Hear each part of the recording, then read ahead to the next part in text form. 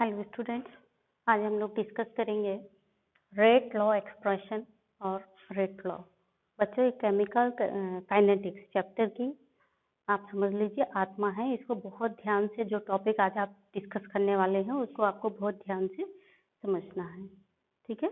आधा सा चैप्टर इसी टॉपिक पर डिपेंड करता है। देखिए ध्यान से, क्या होता है रेट लॉ एक्सप्रेशन और रेट लॉ। मतलब पूरा नाम है इसका रेट लॉ एक्सप्रेशन, और जनरली इसको रेट लॉ एक्सप्रेशन हर बार ना कह के सिंपली रेट लॉ कह देते हैं। जैसे आप सॉल्यूशन पढ़ते हो तो ट्रू सॉल्यूशन हर बार ना कह के सिर्फ सॉल्यूशन कह देते हैं। तो सॉल्यूशन से हमारा मतलब क्या होता है, ट्रू सॉल्यूशन से मतलब होता है। वैसे इधर है, इधर रेट लॉ एक्सप्रेशन या फिर उसी को हम कह देते हैं रेट लॉ। ये रेट लॉ है क्या?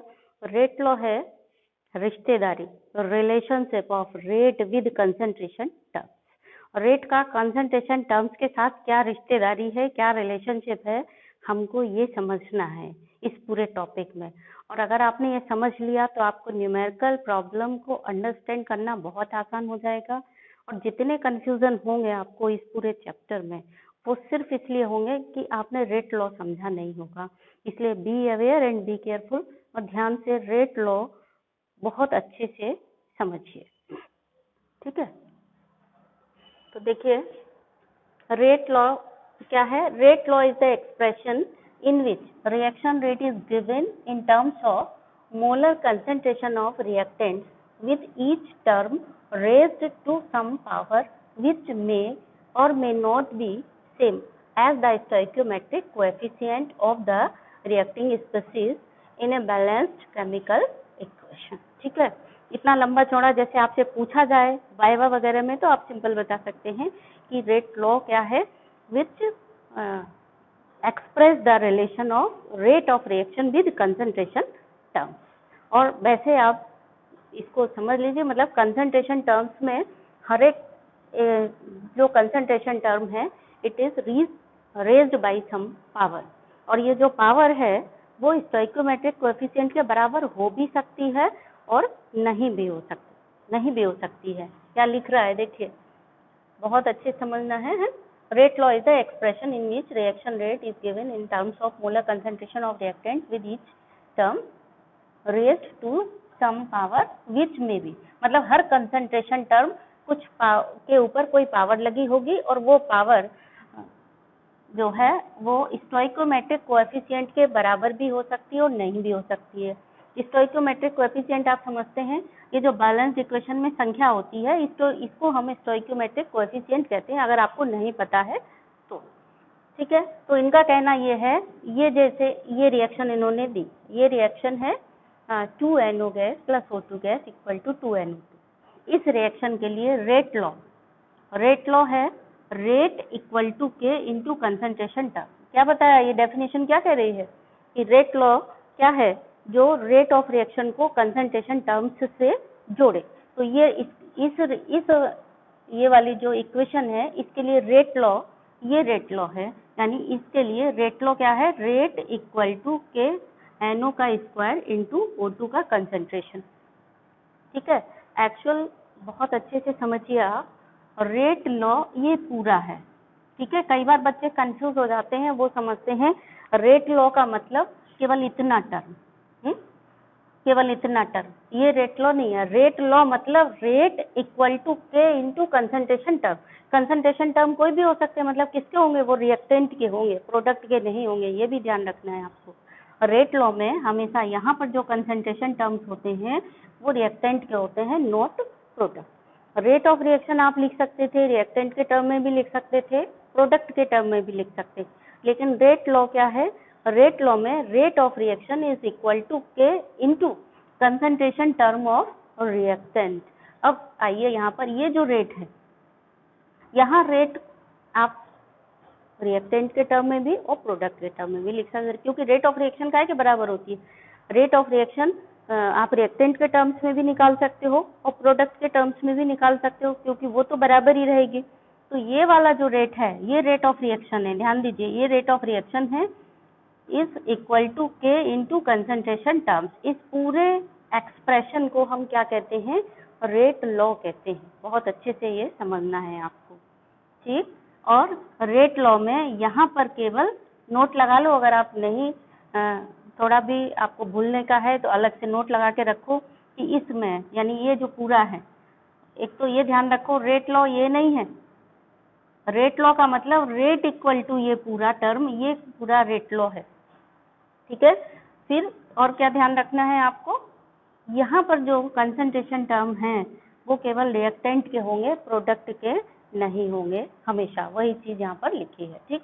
अब देखिए इस रिएक्शन का रेट लॉ ये है कि NO का स्क्वायर O2 का कंसंट्रेशन, यहाँ पर जो स्टोइकोमेट्रिक कोएफिशिएंट है NO के आगे 2 है, यहाँ NO के ऊपर 2 की पावर है, यहाँ O2 के आगे कोई स्टोइकोमेट्रिक कोएफिशिएंट नहीं है, यहाँ भी O2 के ऊपर कोई पावर नहीं है। तो यहाँ पर देखो रेट की जगह ये हमने बताया है आपको, ध्यान से समझ लीजिए, dx अपॉन dt या dr अपॉन dt, r का मतलब रिएक्टेंट, रिएक्टेंट का concentration upon dt, very small concentration change, dr का मतलब क्या हुआ, वेरी स्मॉल, जो आपने इंस्टेंटेनियस रेट पढ़ी है वही। तो यहाँ पर हम रिएक्टेंट के टर्म्स में, चाहे वो प्रोडक्ट के टर्म्स में भी लिख सकते हैं, क्योंकि minus dr upon dt is equal two plus dr upon dt। तो आपको कंफ्यूज इसलिए नहीं होना है कि जब आप आगे पढ़ेंगे कई जगह पर हम भी कंफ्यूज हो जाते थे कि वहाँ पे कहीं पे लिखा है minus dr upon dt equal to r into K into concentration term, कहीं कहीं पर आपको सिर्फ लिखा मिलेगा कि प्लस dr अपॉन dt, तो कंफ्यूजन होता है कि यहाँ माइनस है या प्लस है। तो यहाँ अगर रिएक्टेंट के टर्म में आप रेट ऑफ रिएक्शन लिख रहे हो तो वो माइनस dr अपॉन dt होगा, अगर तुम वो प्रोडक्ट के टर्म में लिख रहे हो तो वही प्लस dt अपॉन dt भी हो जाएगा। लेकिन यहाँ पे सिर्फ रेट, ये इतना, ठीक है, इतना केवल लिख सकते हो रेट ऑफ रिएक्शन, क्योंकि रेट ऑफ रिएक्शन आप दोनों के टर्म्स में निकालते हो, बट यहाँ आप बंधे हुए हो, ये सिर्फ कंसंट्रेशन टर्म ऑफ रिएक्टेंट की बात हो रही है, ये आपको बहुत अच्छे से ध्यान रखना है, ठीक। तो यहाँ पर ये जो देखिए स्टोइकियोमेट्री से ये मैच कर रहा है पावर, और यहाँ इसके स्टोइकियोमेट्रिक कोएफिशिएंट से मैच कर रहा है, लेकिन ये जरूरी नहीं कि हमेशा मैच करेगा, या हम ये जो रेट लॉ है, रेट लॉ में ये कितने की पावर लगेगी ये एक्सपेरिमेंटली डिटरमिन्ड होता है, हम अपने मन से नहीं लगा सकते, ना ही हम ये बैलेंस्ड केमिकल इक्वेशन को देख करके लिख सकते हैं। अभी कोइंसिडेंटली ऐसा हो गया है कि ये पावर और ये सेम इसके जैसी है, स्टोइकोमेट्रिक कोएफिशिएंट जैसी है, तो इट इज ए कोइंसिडेंट, गलती से हो सकता है या अचानक हो सकता है, लेकिन मतलब एक्सपेरिमेंटली भी यही निकला है और बैलेंस इक्वेशन में यही है, इसलिए ये मैच कर गए। लेकिन ये हमेशा जरूरी नहीं, वही चीज यहाँ लिखी भी है कि स्टोइकियोमेट्रिक कोएफिशिएंट से मैच कर भी सकता है, नहीं भी कर सकता है। ये दो मतलब रेट ऑफ रिएक्शन जो है वो NO के कंसंट्रेशन की सेकंड पावर पर डिपेंड कर रही है, यानी स्क्वायर पर, और O2 के कंसंट्रेशन टर्म के 1 पावर पर डिपेंड कर रही है। ये कहाँ से आया, ये आया है एक्सपेरिमेंट से, इसको हम किसी और मेथड से नहीं निकाल सकते, ये आपको हमेशा ध्यान रखना है। ये यहाँ पर जो पावर लगी हैं ये एक्सपेरिमेंटली डिटरमिन्ड होती हैं, एक्सपेरिमेंट करके पता किया जाता है कि कंसंट्रेशन टर्म की किस पावर पर रेट ऑफ रिएक्शन डिपेंड कर रहा है, ठीक है। इसी तरह से यहाँ देखिए CHCl3 plus Cl2 equal to CCl4 plus HCl, ये रिएक्शन है, देखो ध्यान से। इसमें रेट लॉ क्या है, मैंने क्लियर लिखा है, इसलिए बहुत कंफ्यूज ना हो आप, इसलिए बार बार यही चीज लिखी है, रेट लॉ। रेट लॉ का मतलब ये पूरा रेट इक्वल टू के इंटू कंसंट्रेशन टर्म, सब मिलाकर के रेट लॉ होता है, ये ध्यान रखना है, ठीक है। तो ये देखिए ये रिएक्शन है, इस रिएक्शन के लिए रेट लॉ है के CHCl3 और Cl2 की पावर आधा, यहाँ पे Cl2 के आगे कोई कोएफिशिएंट नहीं है, लेकिन यहाँ पे पावर लगी है, ठीक है। तो ये पावर कहाँ से आई, ये इस बैलेंस इक्वेशन में से नहीं आई। ये इतने एग्जाम्पल आपको इसलिए दिए हैं कि आपके दिमाग में ये बात एकदम क्लियर हो जाए कि यहाँ पर जो पावर लगती है ये बैलेंस इक्वेशन से बिल्कुल नहीं आती है, ये एक्सपेरिमेंटली ही डिटरमिन्ड होती है। यहाँ पे देखो पावर लगी है लेकिन बैलेंस इक्वेशन में नहीं है, यानी यहाँ पर क्या हो रहा है, दैट इज, यहाँ पे देखो IE लिखते हैं, IE पढ़ते हैं, दैट इज, अगर आपको नहीं पता है तो उसको पता कर लीजिए, ठीक। तो रेट इक्वल टू ये, और फिर दैट इज का मतलब हुआ जो यहाँ लिखा है वो वही है, जो मतलब जो यहाँ लिखा है इसका वही मतलब है जो यहाँ लिखा है, ठीक है। तो यहाँ पर क्या लिखा हुआ है, रेट की जगह हमने minus d r upon d T लिख दिया। इसका मतलब क्या हुआ, रेट की जगह आप D r upon d T लिख सकते हो या D x upon d T लिख सकते हो, माइनस मतलब रिएक्टेंट के टर्म में भी और प्रोडक्ट के टर्म में भी। लेकिन ये इक्वल साइन के जो उस तरफ राइट हैंड साइड जो कुछ भी है वहाँ आप प्रोडक्ट के टर्म में कुछ भी नहीं, प्रोडक्ट का कोई लेना देना नहीं, वहाँ सिर्फ रिएक्टेंट की बात हो रही है। के इंटू, देखिए रेट लॉ में क्या है, के इंटू CH3 का कंसंट्रेशन इंटू Cl2 का कंसंट्रेशन। ये कहाँ से आया, आपसे पूछा है कोई कि क्या आप ये रेट लॉ इसका इतना है, तो आप इससे देख करके बता सकते हो? बिल्कुल नहीं बता सकते, बैलेंस इक्वेशन से देखकर नहीं बता सकते। देन नेक्स्ट एक और तीसरा एग्जांपल देखिए, CH3CO C2H5 plus H2O equal to CH3COOH plus C2H5OH। इस रिएक्शन के लिए रेट लॉ का मतलब ये पूरा इतना है ना, ये रिश्तेदारी, रेट की रिश्तेदारी कंसंट्रेशन टर्म से। रेट लॉ क्या है, रेट की रिश्तेदारी कंसंट्रेशन टर्म से क्या है, ये इसको रेट लॉ कहते हैं, ठीक। तो रेट इक्वल टू के इंटू CH3CO C2H5 पे 1 पावर और H2O की पावर 6। ये भी कहाँ से आया, ये भी एक्सपेरिमेंट से डिटरमिन्ड है, एक्सपेरिमेंटली डिटरमिन्ड ये भी है। यहाँ देखो स्टोइकियोमेट्रिक कोएफिशिएंट नहीं है पानी के आगे, लेकिन वहाँ से कहाँ से आ गया, एक्सपेरिमेंट से आ गया, ठीक है। तो इतनी बात आप समझ लो सिर्फ कि रेट लॉ क्या है। रेट लॉ कोई ऐसा एक्सप्रेशन जो रेट ऑफ रिएक्शन को कंसंट्रेशन टर्म्स से जोड़ता है। इस एक्सप्रेशन में जो कंसंट्रेशन टर्म्स है उनके ऊपर कोई पावर होती है, और पावर जो होती है वो stoichiometric coefficient of balanced chemical equation में जो स्टोइकियोमेट्रिक कोएफिशिएंट है उनसे वो मैच भी कर सकती, मतलब उनके जैसी भी हो सकती है और नहीं भी हो सकती है। ये जो रेट लॉ में पावर यूज होती हैं कंसंट्रेशन टर्म्स के ऊपर, they are not the stoichiometric coefficient of the balanced equation, they are only experimentally determined, ठीक।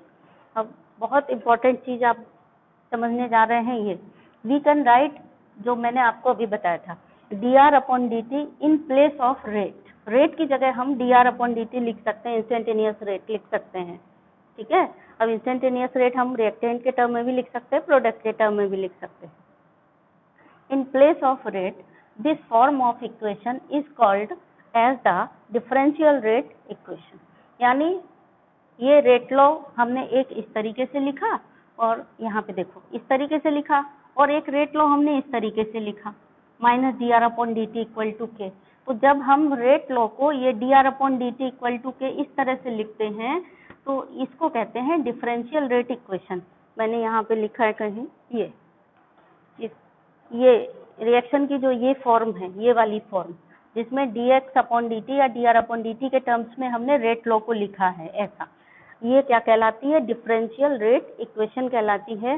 ये बहुत इंपॉर्टेंट पॉइंट है, आपसे क्वेश्चन में पूछा जाएगा, ये कुछ डिफरेंशियल रेट इक्वेशन लिखे, ये कहा जाएगा कि इसके टर्म में rate of reaction with respect to NO2 is 2, order of reaction, ये ऑर्डर ऑफ रिएक्शन होता है, चलो ये भी आगे चल के बताएंगे। तो विद रेस्पेक्ट टू NO2 ये है, और O2 के रेस्पेक्ट में 1 है, विद रेस्पेक्ट टू O2 1 है, तो आप डिफरेंशियल रेट इक्वेशन लिखिए।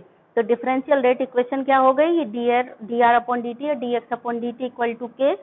और अगर हमने कहा order of reaction with respect to NO2 2 है, तो हमने NO के ऊपर 2 का पावर लगा दिया, O2 के विद रेस्पेक्ट टू O2 1 है, तो हमने O2 के आगे 1 का पावर लगा दिया। अब 1 का पावर तो लगाया नहीं जाता है, इसलिए हमने इसको सिंपली ऐसे ही छोड़ दिया है। तो ये क्वेश्चन बहुत, मतलब ये लाइन बहुत अच्छे से अंडरस्टैंड करिए, इसमें एक भी चीज ऐसी नहीं है जहाँ पे आपको लापरवाही करनी है। हर एक पॉइंट, हर एक लाइन बहुत इंपॉर्टेंट है, जो आपके दिमाग में बहुत अच्छे से रहनी चाहिए, ठीक है। एज ये है ना डिफरेंशियल रेट इक्वेशन कहते हैं, क्वेश्चन आता है इसके टर्म में ऑर्डर ये, इसके टर्म में ऑर्डर ये, डिफरेंशियल रेट इक्वेशन लिखिए। डिफरेंशियल रेट इक्वेशन लिखिए मतलब आप इस तरह से रिएक्शन को लिख देंगे, ठीक है। ये इसको डिफरेंशियल रेट इक्वेशन कहते हैं, हो गया। आगे के ये भी A+ ग्रेड का इम्पोर्टेंट पॉइंट है कि in the above equation is called as rate constant. इस इक्वेशन में जो ये K है, बार बार K की बात कर रहे हैं ना हम, ये K क्या है? ये रेट कांस्टेंट है K। इसका एक और नाम है, it is also called as specific reaction rate या वेलोसिटी कांस्टेंट। आप बार बार जब न्यूमेरिकल करेंगे, क्वेश्चन पढ़ेंगे, कुछ भी करेंगे तो आपको K का नाम रेट कांस्टेंट तो याद रहता है, पर इसका ये नाम भूल जाते हो। स्पेसिफिक रिएक्शन रेट भूल जाओगे और वेलोसिटी कांस्टेंट ये सब भूल जाओगे। और इस नाम से आपसे पूछा जाएगा कि टेम्परेचर इतना बढ़ा दिया तो वेलोसिटी कांस्टेंट पे क्या फर्क पड़ेगा। अब आपको ये पता नहीं है वेलोसिटी कांस्टेंट क्या है, या टेम्परेचर इतना बढ़ा दिया तो स्पेसिफिक रिएक्शन रेट पर क्या फर्क पड़ेगा। आपने रिएक्शन रेट को तो ध्यान से समझ लिया, बट स्पेसिफिक रिएक्शन रेट पर ध्यान नहीं दिया। छोटा सा टर्म है ये K के ही, ये भी नाम है, दोनों बहुत अच्छे से आपको याद रखने हैं। K को रेट कांस्टेंट कहते हैं, स्पेसिफिक रिएक्शन रेट भी कहते हैं और वेलोसिटी कांस्टेंट भी कहते हैं। यानी टेम्परेचर बढ़ाएंगे तो स्पेसिफिक रिएक्शन रेट पर क्या फर्क पड़ेगा, ऐसा क्वेश्चन हो गया। या टेम्परेचर घटाएंगे तो स्पेसिफिक रिएक्शन रेट पे क्या फर्क पड़ेगा। आपका दिमाग जाएगा रेट ऑफ रिएक्शन पे, जबकि बात किसकी हो रही है? K की बात हो रही है। ठीक है, तो बच्चों स्पेसिफिक रिएक्शन रेट क्या होता है अगर पूछा गया बाई चांस आपसे, तो कैसे बता? स्पेसिफिक रिएक्शन रेट होता क्या है? ये रेट लॉ है, rate equal to K into जो भी रिएक्टेंट है उसका कंसंट्रेशन टर्म के ऊपर कोई पावर होगी। ठीक है, अगर रेट लॉ में कंसंट्रेशन टर्म 1 हो, यानी यूनिट पर यूनिट कंसंट्रेशन हो, यूनिटी हो, कंसंट्रेशन को यूनिटी में लिया जाए, यानी 1 मोल पर लीटर, तो अगर R की वैल्यू 1 हो गई फिर इस पे कितने की भी पावर लगा दो वो बनी रहेगी। तो रेट इक्वल टू K हो जाएगा। अगर कंसंट्रेशन यूनिटी में ले लें तो फिर क्या हो गया? रेट स्पेसिफिक रेट रिएक्शन क्या हो गया? वो रेट जब कंसंट्रेशन टर्म का जो मोलर कंसंट्रेशन है वो यूनिटी में ले ले, यूनिटी का मतलब 1 ले ले, वही लिखा है the rate of reaction when the molar concentration of each reactant taken as unity. उस समय जो रेट ऑफ रिएक्शन है K के बराबर हो जाएगी। तो उस समय की रेट ऑफ रिएक्शन को स्पेसिफिक रेट कांस्टेंट कहते हैं जब कंसंट्रेशन टर्म 1 मोल पर लीटर हो या unity. Then characteristics of rate constant. Rate constant के कैरेक्टरिस्टिक क्या है? कैरेक्टरिस्टिक्स अपने मन में रखिए, दिमाग में रखिए, समझिए। Greater the value of rate constant faster is the reaction. Rate constant की वैल्यू जितनी ज्यादा होगी उतना फास्टर रिएक्शन हो जाएगा। Each reaction has a definite value of rate constant at a particular temperature. हर रिएक्शन का डेफिनेट वैल्यू होगा किसी पर्टिकुलर टेम्परेचर पर रेट कांस्टेंट का। Then the value of the rate constant for the same reaction change with temperature. एक ही reaction के लिए रेट कांस्टेंट की वैल्यू अलग हो सकती है अगर टेम्परेचर बदल जाए। टेम्परेचर चेंज के साथ रेट कांस्टेंट की वैल्यू भी चेंज हो जाती है। ठीक, unit of the rate constant depends upon the order of reaction. यानी रेट कांस्टेंट की यूनिट कभी भी फिक्स नहीं होती है, ये डिपेंड करती है ऑर्डर ऑफ रिएक्शन क्या है। इसकी जो यूनिट होती है वो ऑर्डर ऑफ रिएक्शन पर डिपेंड करती है, रेट कांस्टेंट की यूनिट। सारी बातें, चारों पॉइंट्स बहुत इंपॉर्टेंट है, ध्यान में रखने वाले हैं। द नेक्स्ट है elementary reaction. The reaction taking place in one step. कोई रिएक्शन जो एक स्टेप में कंप्लीट हो जाती है उसको हम एलिमेंट्री रिएक्शन कहते हैं। और कॉम्प्लेक्स रिएक्शन, कॉम्प्लेक्स रिएक्शन वो होती है when a reaction takes place in the sequence of many reactions या that is in several steps. Steps का मतलब अलग हो गया, एक सेवरल रिएक्शन के सीक्वेंस में हो बहुत सारे, तो उनको हम कॉम्प्लेक्स रिएक्शन कहते हैं। ठीक है, तो ऑर्डर ऑफ रिएक्शन क्या होता है? बहुत इंपॉर्टेंट टर्म है बेटा ये, और ये बहुत अच्छे से समझने की चीज है। The sum of powers of the concentration of reactants in the rate law expression is called the order of that chemical reaction. It is denoted by n. यानी ये जो रेट लॉ है, रेट लॉ में concentration terms के ऊपर जो power लगी हुई है अगर हम इनका सम कर देंगे तो हमें ऑर्डर ऑफ रिएक्शन मिल जाएगा। फिर वही बात आ गई, क्या ऑर्डर ऑफ रिएक्शन आप बैलेंस्ड इक्वेशन देख करके निकाल सकते हैं? नहीं निकाल सकते, क्योंकि आपको ये कंसंट्रेशन टर्म किस पावर, इन पर क्या पावर लगी है, यही एक्सपेरिमेंटली डिटरमिन्ड है। तो ऑर्डर ऑफ रिएक्शन आप कैसे निकाल सकते हैं? ऑर्डर ऑफ रिएक्शन भी एक्सपेरिमेंटली डिटरमिन्ड होता है। हाँ, अगर आपको रेट लॉ दिया गया है तो आप ऑर्डर ऑफ रिएक्शन निकाल सकते हैं। रेट लॉ को देख करके आप ऑर्डर ऑफ रिएक्शन बता सकते हैं। जैसे ये रिएक्शन दी गई है 2NO gas plus O2 gas equal to इस रिएक्शन के लिए अगर हमने ये आपसे कहा कि ये रिएक्शन है और इस रिएक्शन का रेट लॉ ये है, रेट लॉ ये है, तो ऑर्डर ऑफ रिएक्शन बताइए, तो आप तुरंत बता देंगे कि ऑर्डर ऑफ रिएक्शन क्या है, कंसंट्रेशन टर्म की जो पावर है उनका सम कर दे, यानी 2 + 1, ये है ऑर्डर ऑफ रिएक्शन। ये नहीं है ऑर्डर ऑफ रिएक्शन 2 + 1, ये नहीं है ऑर्डर ऑफ रिएक्शन। बहुत ध्यान दीजिए, order of reaction experimentally determined होता है और कंसंट्रेशन टर्म के ऊपर जो पावर लग रही है वो उनका टोटल ऑर्डर ऑफ रिएक्शन होता है।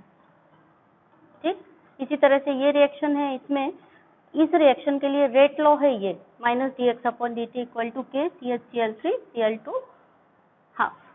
ठीक, कोई डिफरेंशियल इक्वेशन दी गई या फिर ऐसे लिखा है रेट लॉ नहीं लिखा है तो भी आप समझ लो डिफरेंशियल इक्वेशन दी गई है, इसका मतलब ये रेट लॉ ही है। तो ऑर्डर ऑफ रिएक्शन क्या हो गई, इसका और इसका टोटल। यहाँ पे ऑर्डर ऑफ रिएक्शन है 1, लिखा नहीं है मतलब 1, अगर कुछ भी नहीं लिखा है इसका मतलब 1, अगर कोई 1 के अलावा कुछ और है तो लिखा जाएगा, 1 लिखा नहीं जाता है, कुछ नहीं लिखा है मतलब 1, तो 1 + आधा, ऑर्डर ऑफ रिएक्शन कितनी हो गई, 1 + हाफ, 1.5 हो गई, 1.5 यानी 1.5। ऑर्डर ऑफ रिएक्शन फ्रैक्शन में हो सकती है। ठीक है, देन यहाँ पे ध्यान दीजिए, ये इंपॉर्टेंट पॉइंट है, ऑर्डर ऑफ रिएक्शन में भी 0 ऑर्डर की हो सकती है, 1, 2, 3 order and even a fraction. 1, 2, 3 order में हो सकती है और हायर ऑर्डर की भी हो सकती है और फ्रैक्शन में भी हो सकती है। ठीक, अब यहाँ देखिए यूनिट्स ऑफ रेट कांस्टेंट, ये भी बहुत इंपॉर्टेंट है टॉपिक, ये भी बहुत इंपॉर्टेंट था ऊपर वाला, ये भी बहुत इंपॉर्टेंट है। रेट कांस्टेंट की यूनिट कैसे निकालेंगे, तो यहाँ पे आप देखिए क्या हो रहा है, रेट इक्वल टू के इंटू कंसंट्रेशन के ऊपर पावर लगा दो, कंसंट्रेशन टर्म के ऊपर पावर, कंसंट्रेशन मतलब इसको हम काहे में नापेंगे, मोल पर लीटर में, इसको भी कंसंट्रेशन में नापेंगे, तो इसका कंसंट्रेशन हो चाहे इसका कंसंट्रेशन हो, उसके ऊपर ऑर्डर ऑफ रिएक्शन यानी ओवरऑल ऑर्डर ऑफ रिएक्शन क्या हो गई, सबकी पावर लगा दो। तो इन जनरल क्या हुआ, इन जनरल हम किसी भी रिएक्शन के लिए रेट लॉ को कैसे एक्सप्लेन कर सकते हैं, in general rate equal to के into concentration term to the power n, यानी टर्म कंसंट्रेशन टर्म के ऊपर n क्या है, ऑर्डर ऑफ रिएक्शन की power, here n is the order of reaction. तो रेट इक्वल टू के into concentration to the power n है, हमने क्या किया, k को एक तरफ ले गए, तो k को अलग ले गए, ये पूरा टर्म इधर आ गया, तो k इक्वल टू हो गया rate upon concentration to the power n। थोड़ा ध्यान दीजिए, मैंने अपना ब्लैक बोर्ड में यानी व्हाइट बोर्ड में जगह बचाने के लिए ऐसा कर रखा है, मतलब राइट हैंड साइड लिखा है, आपको ऐसे इधर बढ़ करके कभी नोट्स में नहीं लिखना है, आपके नोट्स में जब भी आप लिखेंगे नीचे नीचे चलेंगे, मतलब ये वाली बात आप कहाँ लिखेंगे, इसके नीचे, ये वाली बात इसके नीचे लिखेंगे, ये सबसे मतलब इस तरह से लिखेंगे, राइट में नहीं चलना है आपको, नीचे नीचे आना है, ध्यान से समझिए। तो rate upon concentration to the power n equal to concentration upon time into 1 upon concentration to the power n equal to, देखिए ध्यान से, रेट की जगह हमने क्या रख दिया, रेट को हम काय में नापते हैं, मोल पर लीटर या कंसंट्रेशन अपॉन टाइम में ही तो नापते हैं रेट को, K इक्वल टू है rate upon concentration to the power n। देखो कहाँ से आया ये वाली बात, rate equal to K into concentration to the power n, K को हमने यहीं रहने दिया और इस पूरे टर्म को उठा के इधर ले गए, तो हमारे पास आ गया K equal to rate upon concentration to the power n। Concentration को यानी ये रेट है, रेट की जगह हम क्या लिख सकते हैं, रेट को काय में नापते हैं, decrease in concentration upon time या increase in concentration upon time, यानी कि कंसंट्रेशन अपॉन टाइम, तो रेट की जगह हमने लिख दिया concentration upon time into 1 upon concentration to the power n, ये पहले से था यहाँ पर। अब हम क्या करेंगे, यहाँ भी कंसंट्रेशन है, यहाँ भी कंसंट्रेशन, इन दोनों को इकट्ठा मतलब इस कंसंट्रेशन को उठा के ऊपर ले गए, तो ऊपर हमें क्या मिल गया, कंसंट्रेशन टू द पावर, इसके ऊपर है 1 की पावर, इसके ऊपर n की पावर है, तो concentration to the power 1 minus n upon time. तो हमारे पास ये फॉर्मूला आ गया K की यूनिट निकालने के लिए, ये फॉर्मूला आ गया K equal to concentration to the power 1 minus n upon time. यहाँ पे हमें क्या करना है, सिर्फ n की वैल्यू रख देना और फॉर्मूला में n की वैल्यू रखने से हमें K की यूनिट पता चल जाएगी। मैंने आपको बताया था कैरेक्टरिस्टिक ऑफ K, K के कैरेक्टरिस्टिक क्या है कि इसका जो यूनिट है वो ऑर्डर ऑफ रिएक्शन पर डिपेंड करता है, तो यहाँ पर ऑर्डर ऑफ रिएक्शन के हिसाब से वैल्यू इसकी K की यूनिट की वैल्यू चेंज हो जाए, मतलब यूनिट चेंज हो जाएगी। ठीक है, फॉर एग्जाम्पल देखिए आप, unit of K for zero order reaction, के की यूनिट जीरो ऑर्डर रिएक्शन के लिए क्या होगी, तो हम एन की जगह जीरो वैल्यू रख दें। वो फॉर्मूला उठाया हमने, यहाँ रखा k equal to concentration to the power 1 minus n upon time. ठीक, अब कंसंट्रेशन की जगह हम कंसंट्रेशन को काय में नापते हैं, मोल पर लीटर में, तो मोल पर लीटर लिख दिया, ब्रैकेट में बंद कर दिया, 1 माइनस जीरो, एन की वैल्यू रख दी हमने। जीरो ऑर्डर रिएक्शन के लिए निकाल रहे हैं, यहाँ पर ये जीरो ऑर्डर रिएक्शन के लिए निकाल रहे हैं, तो एन की वैल्यू क्या हो गई, जीरो हो गई। तो एन की जगह हमने जीरो रख दिया, और 1 अपॉन टाइम की यूनिट क्या होती है, सेकंड होती है। तो ये आ गया मोल पर लीटर के ऊपर ये, यानी मोल और लीटर इनवर्स, लीटर ऊपर जाएगा तो लीटर इनवर्स सेकंड इनवर्स, यानी जीरो ऑर्डर रिएक्शन की यूनिट आ गई mole litre inverse second inverse.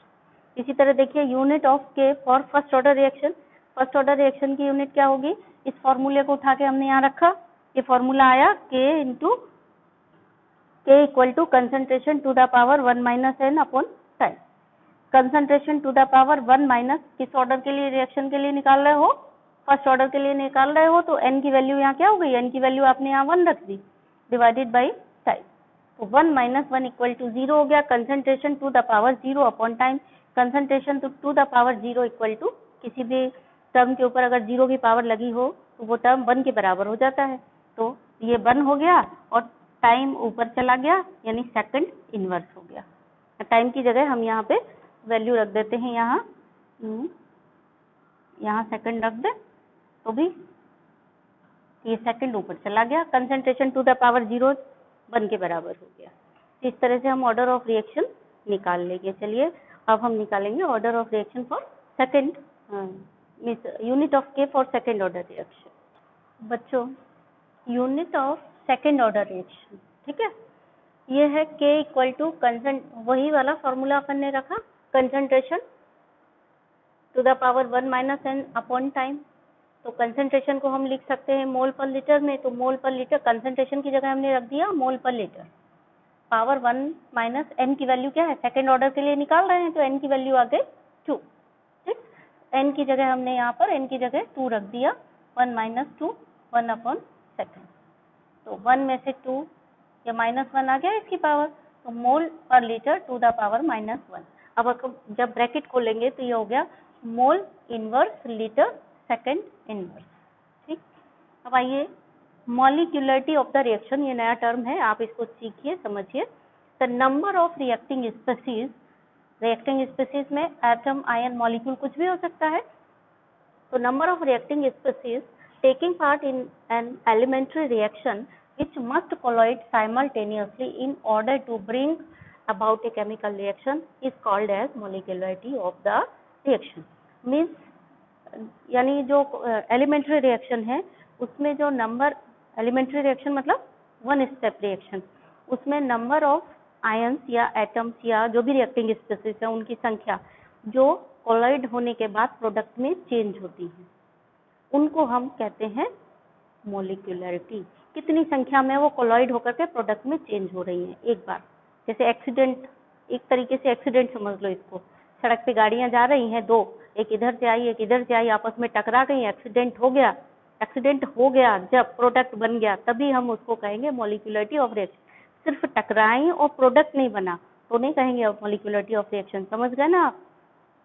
टकराने की संभावना है, टकरा गई लेकिन कन्वर्ट नहीं हुई प्रोडक्ट में, तो वो संख्या मॉलिक्यूलरिटी ऑफ प्रोडक्ट, मॉलिक्यूलरिटी में नहीं जोड़ी जाएगी। मॉलिक्यूलरिटी क्या हो गई, रिएक्टिंग स्पीसीज की वो संख्या जो कोलिजन के बाद प्रोडक्ट में चेंज हो जाती है 1 स्टेप में। एलिमेंट्री रिएक्शंस के लिए बताया कि एक स्टेप में वो टकरा करके कोलिजन के बाद प्रोडक्ट में अगर चेंज हो रही हैं तो वो संख्या रिएक्टेंट की, स्पीसीज की, एटम आयन या मॉलिक्यूल की, उसको हम मॉलिक्यूलरिटी ऑफ द रिएक्शन कहेंगे। ठीक है, देन नेक्स्ट है the molecularity greater than 3 is not observe. 3 से ज्यादा मॉलिक्यूलरिटी देखी नहीं गई है, because the probability that more than 3 molecules can colloid and react simultaneously is very small। एक साथ 3 मॉलिक्यूल कोलाइड होंगे और प्रोडक्ट में कन्वर्ट होंगे, ये प्रोबेबिलिटी बहुत कम होती है। सड़कों पे भी आपने देखा होगा जो हादसे होते हैं यानी एक्सीडेंट होते हैं, ज्यादातर कैसे होते हैं, 2 गाड़ियां आपस में टकराती हैं। कभी कभार ऐसे रेयरली केस होता है कि 3 गाड़ियां आपस में टकराई हो और एक्सीडेंट हुआ हो, तो मैक्सिमम एक्सीडेंट में नंबर ऑफ गाड़ी कितनी होती है? 3 होती है। 3 से ज़्यादा ऐसे पॉसिबिलिटी नहीं होती है कि एक इधर से आई, एक इधर से आई, एक इधर से आई और ऐसे टकरा गई तीनों आपस में। 3 मैक्सिमम कभी ऐसा हो सकता है कि मैक्सिमम अगर हुई तो 3 टकरा सकती हैं इधर इधर और इधर से आकर के, लेकिन इससे ज़्यादा तो मुश्किल है। आपने देखा है ना, वैसे ही यहाँ पे है मॉलिक्यूल्स के केस में भी ऐसा ही होता है कि 3 से मैक्सिमम 3 मॉलिक्यूल्स एक बार में टकरा करके प्रोडक्ट में चेंज हो सकते हैं। 3 से ज़्यादा पॉसिबिलिटी नहीं होती है, तो molecularity can not be more than 3। लेकिन ऑर्डर ऑफ रिएक्शन 3 से ज़्यादा हो सकती है। ये डिफरेंस है ऑर्डर ऑफ रिएक्शन और मॉलिक्यूलरिटी में। तो ये हो गया। फॉर एग्जाम्पल एक एग्जाम्पल लेते हैं, NH4NO2 ये डिकम्पोज होकर N2 2H2O बनाती है। एक मॉलिक्यूल यहाँ पे पार्टिसिपेट कर रहा है, इसका मतलब यूनिमोलिकुलर रिएक्शन हो गई। यहाँ पर क्या हो रहा है, 2HI + I2 equal to H2 + I2। यहाँ पे 2 और 1 3 ये मॉलिक्यूल आपस में रिएक्शन कर रहे हैं। सॉरी, SI के मॉलिक्यूल्स और I2 के मॉलिक्यूल्स, 2 मॉलिक्यूल्स यहाँ पर रिएक्शन कर रहे हैं। तो ये क्या हो गई, बाइमॉलिक्यूलर रिएक्शन हो गई। ये मैंने गलत लिख दिया है बच्चों, थोड़ा देखिए ऐसे, ठीक है। +I2 नहीं है यहाँ पर, थोड़ा सा इसको करेक्ट कर लीजिए, ठीक है।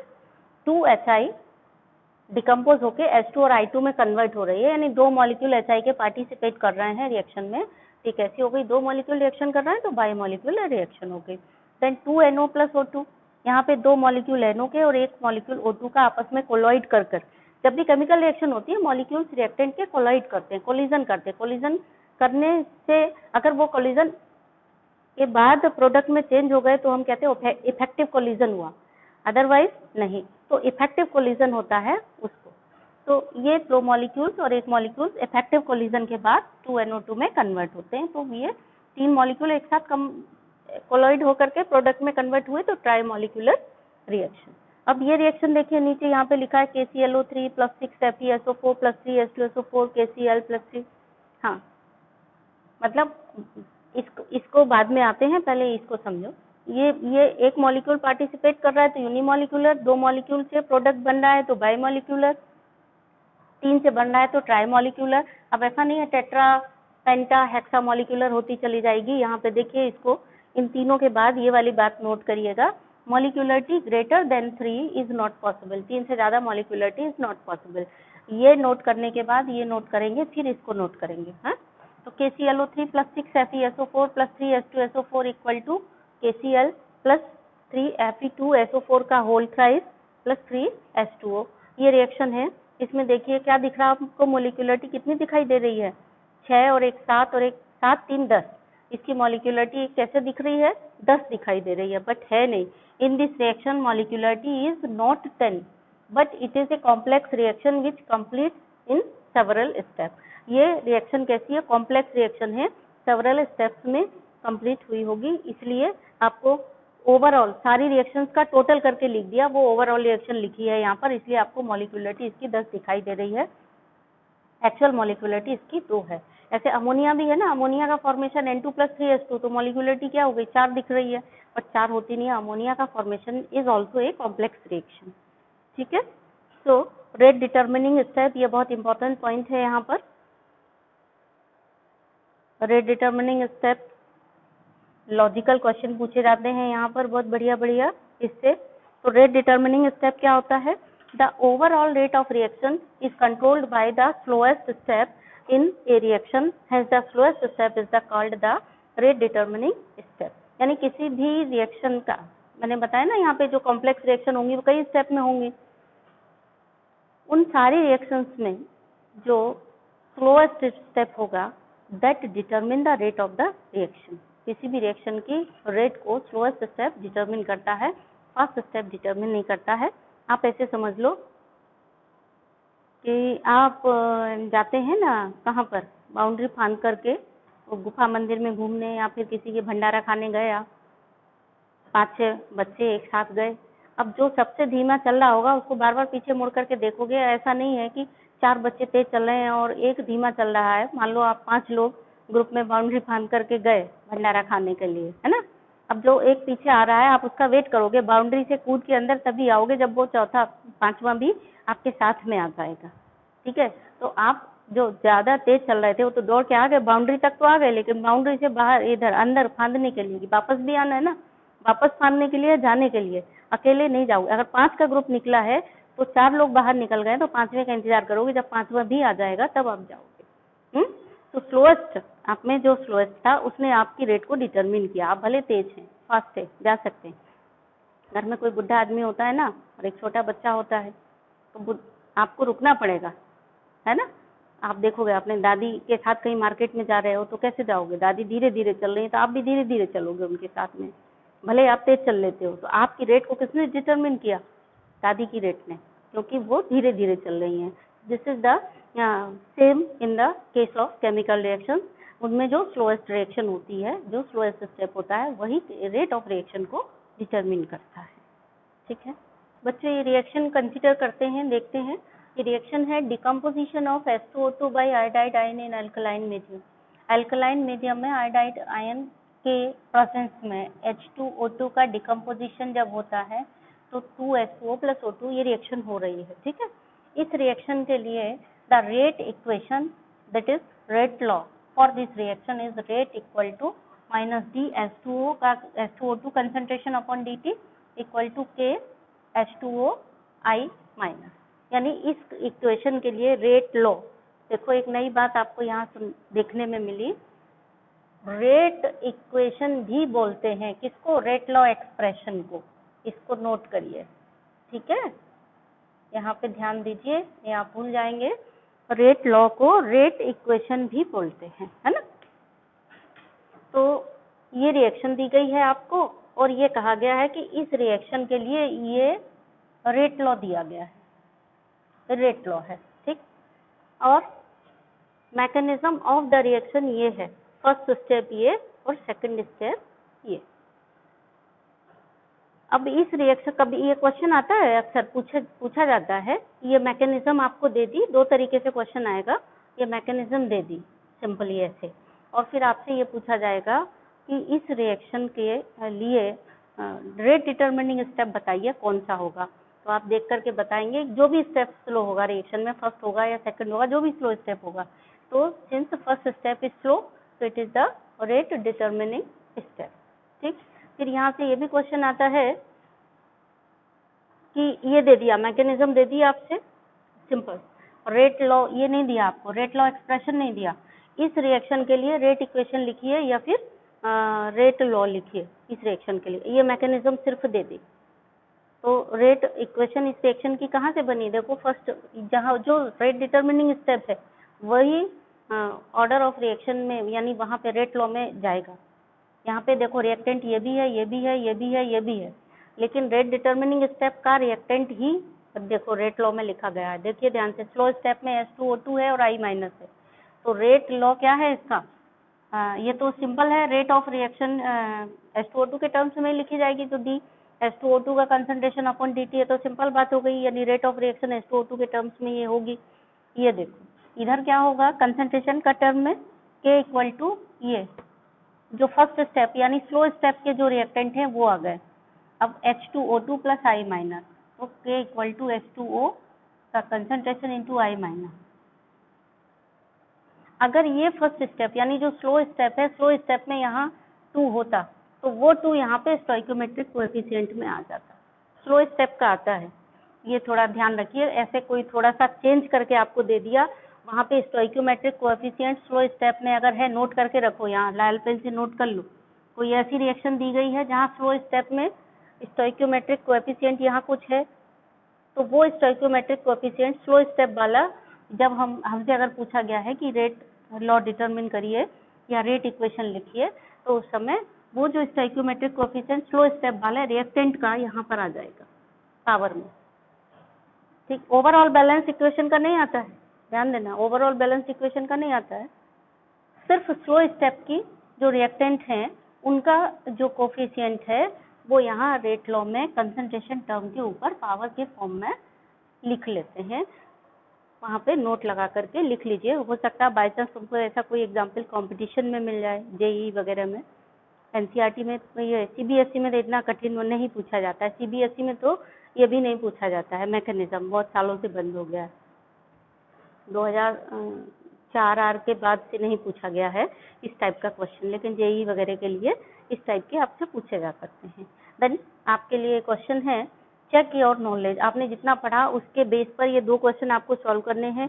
एक तो ये है the rate law for the reaction 2H2O, ये इस इतना right the mechanism of the reaction, और दूसरा है the unit for rate constant के इक्वल टू इतना, what is the order of reaction.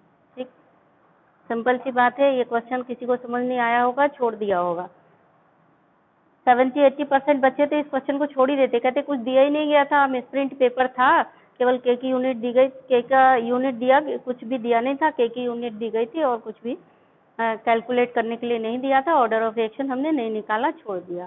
तो अभी हमने क्या बताया था आपको थोड़ी देर पहले कि ऑर्डर ऑफ रिएक्शन हमको पता चलती है काहे से, यूनिट से पता चल सकती है, क्योंकि के की यूनिट तो डिपेंड करती है ऑर्डर ऑफ रिएक्शन।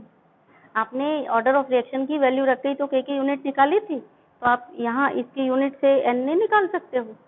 तो ये क्वेश्चन आपको ऐसे करना है, और ये भी मैकेनिज्म निकालने वाला भी सिंपल है। मैकेनिज्म थोड़ा सा आपको मैकेनिज्म तो याद होनी चाहिए, जैसे ये क्वेश्चन दिया गया है तो ये एक्सपेक्ट जैसे पीरियोडिक टेबल आपको याद होती है ना, उस तरीके से। अब इसको याद करने का सिर्फ एक ये मेन तरीका एक सिंपल सा ये है कि जो भी ये रेट लॉ का है ये फर्स्ट स्टेप यानी स्लो स्टेप में जाएगा। सपोज आपको इसकी मैकेनिज्म लिखनी है, ये नहीं पता है आपको, ये रिएक्शन दे दी और ये दे दिया, मैकेनिज्म लिखनी है। मैकेनिज्म लिखने चले तो पहले फर्स्ट स्टेप लिखोगे। फर्स्ट स्टेप कौन सा होगा, वो स्लो स्टेप होगा। उस स्लो स्टेप में क्या होगा, स्लो स्टेप में ये और ये रिएक्शन करेंगे। देखो स्लो स्टेप में ये दोनों रिएक्शन कर रहे हैं,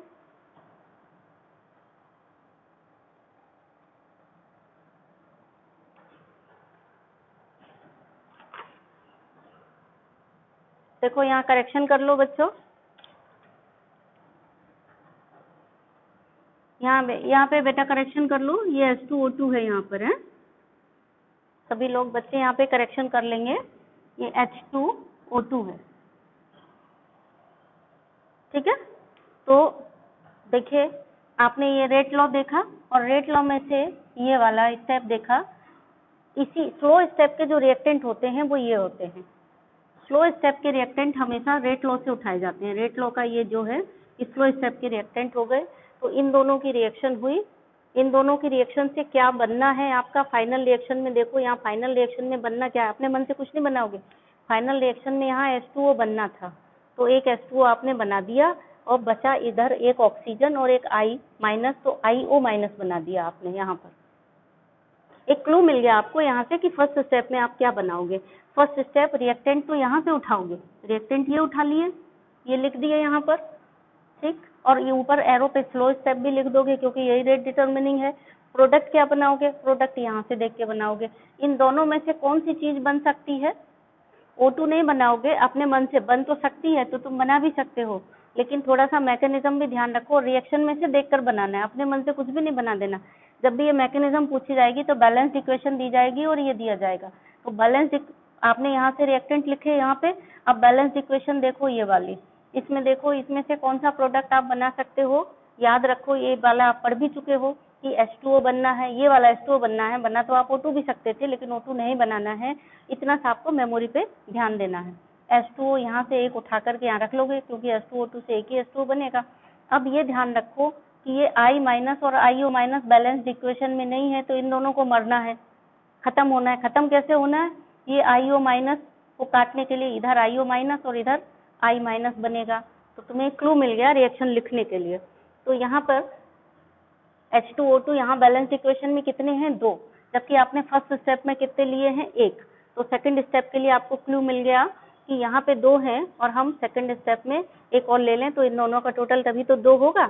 अभी तो एक ही लिया, फर्स्ट स्टेप में आपने एक H2O2 लिया तो सेकंड स्टेप में एक H2O2 और बचा, तो सेकंड स्टेप में एक H2O2 और यहाँ जो एक्स्ट्रा बच गया है ये यहाँ खपत हो जाएगी क्योंकि उसको मरना है। तो सेकंड स्टेप का भी क्लू आपको मिल गया कि यहाँ पे एक H2O2 अभी 2 में से एक उठाया था आपने, अभी एक यहाँ बचा है, वो एक यहाँ सेकंड स्टेप में रखोगे। और क्या रखोगे, इधर जो एक्स्ट्रा है इसको मरना है, उसको यहाँ रख लिया प्लस IO माइनस। अब बनना क्या है देख लो, फिर प्रोडक्ट की तरफ जाओ। 2 H2O बनने थे, अभी तुम्हारा एक ही H2O बना है, तो एक H2O और बना लो और I माइनस बना लो, क्योंकि I माइनस को बनना है, I माइनस बना लो, तो अपने आप तुम्हारा O2 और एक एक्स्ट्रा बचेगा, ये बने जो भी है बैलेंसिंग में, या यहाँ से देख लो कि और बनेगा, फिर टोटल कर लो। तो एक यहाँ से मिला करके एक क्लू यहाँ पर हो जाता है मैकेनिज्म लिखने के लिए, मतलब हमको रटनी नहीं पड़ती, थोड़ा सा इससे समझ करके अगर हम मैकेनिज्म यहाँ पर लिखेंगे तो रटने वाला काम हमारा खत्म हो जाएगा, समझ समझ करके लिखेंगे, नहीं तो फिर आप कितनी चीजें रटोगे। ठीक है बच्चों।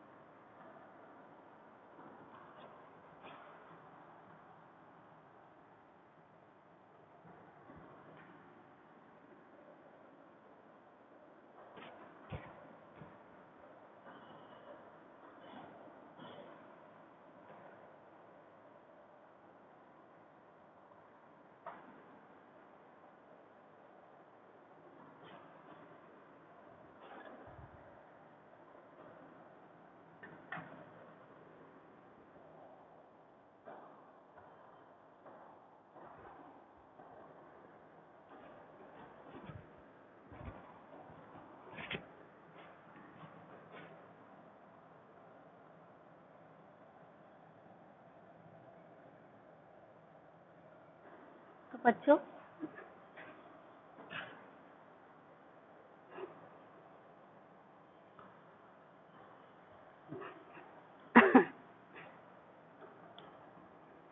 एट लास्ट हम लोग देखते हैं difference in order of reaction and molecularity of the reaction. तो order of reaction can be zero और इवन ए फ्रैक्शन, लेकिन molecularity can not be zero और नॉट ए नॉन इंटीजर। मतलब मॉलिक्यूलरिटी ना तो जीरो हो सकती ना नॉन इंटीजर हो सकती। मतलब रिएक्शन होगी कैसे? अगर मॉलिक्यूल कोलेट नहीं करेंगे तो रिएक्शन ही नहीं होगी, तो मॉलिक्यूलरिटी तो जीरो का सवाल ही नहीं हो सकता। ऑर्डर ऑफ रिएक्शन जीरो का मतलब है कि इंडिपेंडेंट ऑफ कंसंट्रेशन वो हो सकता है, लेकिन मॉलिक्यूलरिटी जीरो नहीं हो सकती, यानी नॉन इंटीजर मॉलिक्यूलरिटी हो ही नहीं सकती। जहाँ पे कोई संख्या ना हो ऐसी मॉलिक्यूलरिटी नहीं हो सकती। दूसरा है order is applicable for elementary as well as complex reaction, दोनों के लिए ऑर्डर। जैसे सेकंड ऑर्डर की रिएक्शन है तो वो एलिमेंट्री रिएक्शन में भी सेकंड ऑर्डर की होगी और कॉम्प्लेक्स रिएक्शन में भी सेकंड ऑर्डर की होगी।